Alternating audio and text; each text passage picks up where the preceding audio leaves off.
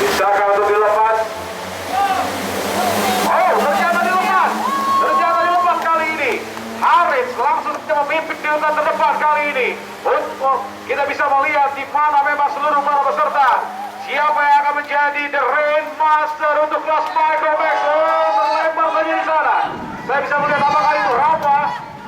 Apakah Rafa Mahfud? Sejauh ini saya belum bisa melihatnya dengan sangat baik.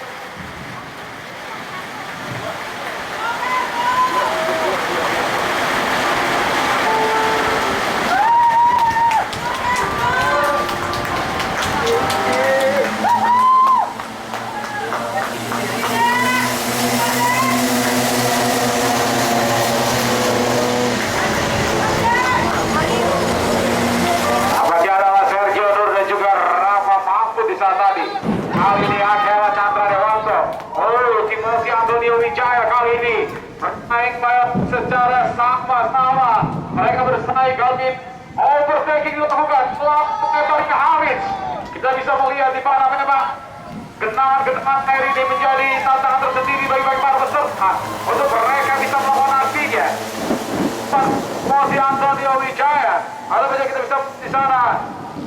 Tristan Lucas masih juga menunggu lagi tempat-tempat yang terbaik bagi para peserta yang lain. Perlahan tapi pasti mereka mulai berkonsentrasi di sana. Akela Chandra Dewanto, nampaknya Akel kali ini ngotot sekali. Kita bisa melihat nampaknya memang luar biasa fighting spirit daripada Akel. Sejauh ini kita bisa melihat hadirin sekalian, para pembalap ataupun juga para pegokar Micromax, 5 diantaranya mereka tidak terlalu jauh. Jarak satu sama lain antara mereka sangatlah dekat.